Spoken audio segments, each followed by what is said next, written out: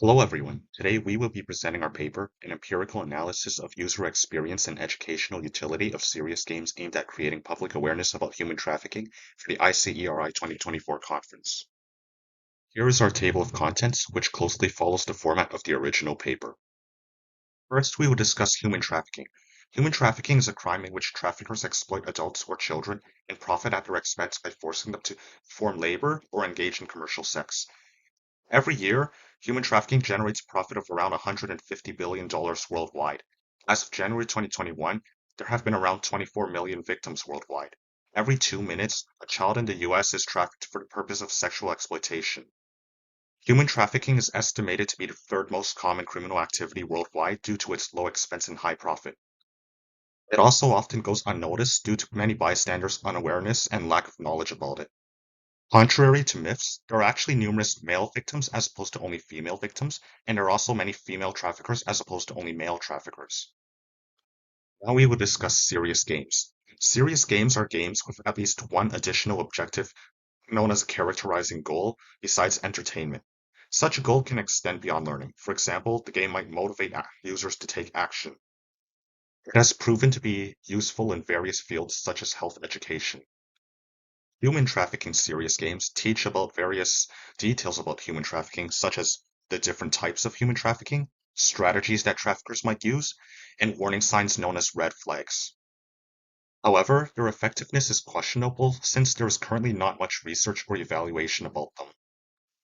So our goal is to evaluate the perceived attractiveness, usability, motivation, and education utility among the game's target audience.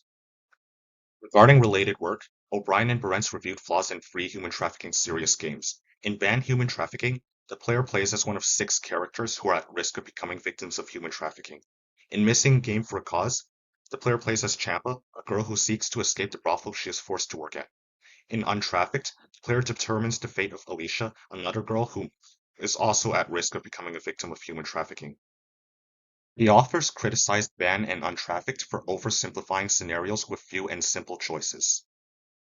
Missing and Untrafficked follow the ideal victim trope, which depicts a young female with limited agency. However, in Missing, Champa still works hard to escape. Fortunately, the authors did not use any player data in their reviews, which is something we seek to do. Here we have screenshots of the aforementioned free games. In the top left, which is for banned human trafficking, we have a description of one of the characters' maps. In the top right, which is for Missing, we see Champa trying and failing to escape near the beginning of the game. And in the bottom, which is for Untrafficked, we see the first time Alicia is in danger. The screenshot says Sarah because the player is given the option to name the girl. The default name is Alicia. Toftadol et al. Focused only on Missing. They interviewed the developers of the game and learned that the game's story was based on real victims, but it was still fictional. They also looked at Google Play reviews and noticed that some players praised the game for showing the horrors of human trafficking, while others blamed it for the exact same reason. Some players also complained about bugs and progression problems, which made the authors realize that these could distract players from the intended message of the game. The authors focused only on one game, while we seek to evaluate several games. Giddes et al. Introduced the Serious Games Evaluation Scale, which comes with 12 factors to evaluate serious games in general. Delatif et al. Introduced their own evaluation framework, which comes with the following 5 characteristics. There is currently still limited work on evaluating human trafficking serious games effectiveness and user experience among players. The first 2 papers led us to also study Banned, Missing, and Untrafficked. We also chose ACT, which involves protecting Macy from becoming another victim of human trafficking by identifying red flags around her, and Safe Travel and Work Abroad, which involves 4 young travelers who are also at risk of becoming victims of human trafficking. The last 2 papers influenced our creation of our choice of UX variables grouped into 4 categories to investigate. We will discuss these variables later. On the left, we see the first level of ACT, which involves trying to find red flags around Macy, and on the right, we see Safe Travel and Work Abroad, more specifically, the premise of one of the characters' stories. Now we will discuss the methodology of our own study. We recruited 31 students taking a third-year undergraduate human-computer interaction course in the 2023 fall term. 25 of them identified as male, 6 of them identified as female. 16 of them identified as Asian, 5 of them identified as Middle Eastern or North African, 2 of them identified as Black or African, 3 of them identified as white, and 5 of them did not disclose their ethnicity. Participants played the games on Nexus 7 tablets, either on a browser or from Google Play, except on Trafficked, which was only available on a browser. As we said before, we used 4 categories of UX variables adapted from FUAL to evaluate the 5 games. The table on the bottom right shows basic details of the 5 games. As we can see, Missing is considerably more complex than the other games due to its quest-like nature, and it also takes much longer than them. Act Missing and Untrafficked focus on one story with one character, while Ban and Safe focus on multiple stories, each with a different character. Now we discuss the 4 categories. First category is usability. Usability consists of 4 variables: ease of use, clarity, autonomy, and feedback. The attractiveness category consists of audio-visual appeal, captivation, and realism. Motivation consists of engagement, enjoyment, challenge, and immersion. Utility consists of learning and relevance. Here, we discuss the procedure that participants, up to 5 at a time, had to undergo. First, they received the tablets and had to read the consent form, which introduced and provided an overview of the study. After they finished reading, they had to decide whether to give consent or not. All of them did so. Then they had to play a part of all 5 games. Playing the full games would take a very long time, and for each game they had to answer the same questionnaire. At the bottom, we showed a question regarding the variable enjoyment. The design was a two-way within subjects design, as the participants played all 5 games and answered questions on all 13 variables. For each variable category, the design was 5, as there were 5 games, times n, as there were n variables. We had attempted a balanced 5x5 Latin square approach, which had 10 rows to account for the odd number. Each row corresponds to a specific group, with the game order in the row representing the order played by the group. However, the fact that we had 31 participants and 31 is not divisible by 10 means some groups were uneven.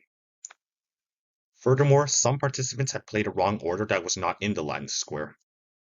These 2 problems compromised counterbalancing, which means we had to disregard the order group factor in our final analysis. Here we see the 10 aforementioned rows. For example, group 1 would focus on row 1, which means they would play Missing, then Act, then Ban, then Safe, then Untrafficked. We will present 2-way repeated measures ANOVAs for the categories usability, attractiveness, motivation, and utility. Since our data was not normal, we carried out the align rank transform for non-parametric vectorial analyses using the AR tool package in R. Since each variable was measured using a single item, we did not have to conduct a construct reliability test for non-parametric data based on McDonald's omega metric, which is the equivalent for the Cronbach's alpha metric for normally distributed data. We had chosen single items to prevent participant fatigue since there were 13 variables. Research has shown that single items are as good as multiple items for evaluation. Here we discuss the mean scores of the 13 subjective variables. For all the usability and utility variables, all 5 games managed to score approximately or at least 3. This was not the case for attractiveness and motivation, however, such as challenge for safe, ban, and untrafficked. We used Ramon et al.'s guideline for interpreting app ratings and further adapted it by considering scores of 1 to 3.5 as low ratings and scores above 3.5 as high ratings. Missing has the highest number of high ratings, followed by Untrafficked, followed by Act and Ban, and followed by Safe. A 2-way usability ANOVA shows a main effective game and variable. The game post-hoc analysis is shown on the left, and the variable post-hoc analysis is shown on the right. Highlights show significant differences, which will be elaborated on in the discussion section. A 2-way attractiveness ANOVA shows a main effective game and variable. It also shows an interaction between game and variable. Further 1-way ANOVAs show a variable effect on all games except Act, and a game effect on audio-visual appeal and captivation. Game post-hoc analysis is shown below, with highlights once again representing significant differences. Similarly, here we have the variable post-hoc analysis. A 2-way ANOVA for motivation shows a main effective game and variable. It also shows an interaction between game and variable. Further 1-way ANOVAs show variable effects on ban, safe, and untrafficked, as well as game effects on engagement, enjoyment, challenge, and immersion. Here we see the game post-hoc analysis, with highlights showing the significant differences.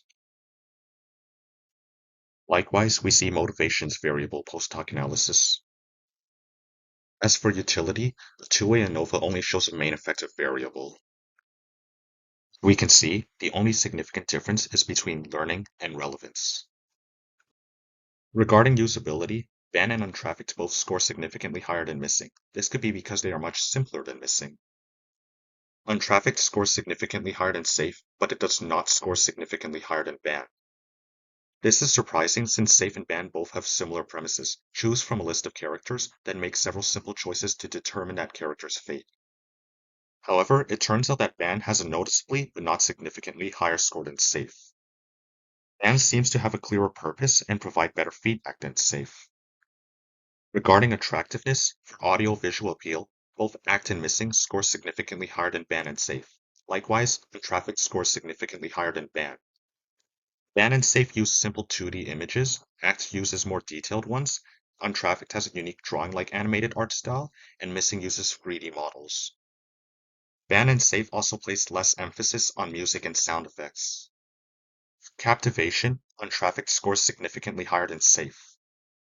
This could be because untrafficked story focuses on a young girl, whereas safe story focuses on adult travelers.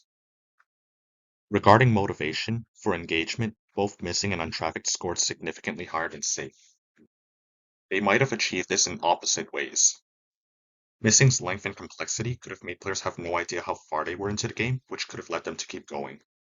In contrast, untrafficked's shortness and simplicity could have made players think that they were almost at the end and encouraged them to keep going.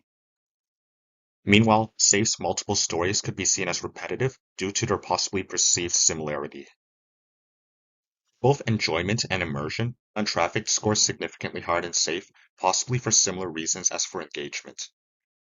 For challenge, Missing scored significantly higher than Ban, Safe, and Untrafficked. Recall that Missing is the most complex of the 5 games, and by a large margin. It also scored significantly higher than Safe. Its red flag search makes it the second most complex of the 5 games. See that human trafficking serious games are generally usable, manage to attract users and keep their attention by keeping them motivated, and can educate them about human trafficking. However, there are significant differences between the games themselves with respect to some measured variables. For example, Missing's length and complexity might have made it challenging and visually appealing, but Safe's multiple stories did not. Also, some game elements, mechanics, and effects were effective regarding some UX measures, but not all of them. For instance, Ban's oversimplifications of scenarios with few and simple choices might have made it less challenging, captivative, immersive, and realistic. As far as we know, we are the first to evaluate several human trafficking serious games at the same time based on participants' first-hand experience in the lab. Previous studies had either focused on one game, or they did not use player data obtained in an experiment. Unfortunately, our study also has limitations. Aside from the aforementioned uneven groups and the participant game order error, our sample size of 31 was much less than our desired sample size of 50. In addition, our sample was imbalanced. Over 80% of participants were males, and over 50% of them were Asians. Moreover, 10 out of 13 questionnaire statements were double-barreled, meaning they were essentially 2 statements combined with an "and." This would make participants unsure how to respond if they only agreed to one side but not the other. In conclusion, human trafficking serious games struggle at portraying human trafficking realistically and in a way that leads users to become personally interested. Without improvement, users might just keep treating them as simply another method of passing time. These games must do more in realism and relevance to motivate users to become interested. Research has shown that serious games are more effective when they are personally relevant. We recommend highlighting the structural causes of human trafficking, rather than simply portraying stories with heroes, villains, and ideal victims without agency, acting like damsels in distress. Future work can include analyzing qualitative data to gain deeper insights into the current findings, and how to design these games to make them more effective in achieving the utilitarian goals they set out to achieve. We end off with a closing statement regarding the victims of human trafficking. Act before they go missing, let alone trafficked. Keep the vulnerable safe. Ban human trafficking. Thank you for watching our presentation. Here are our references.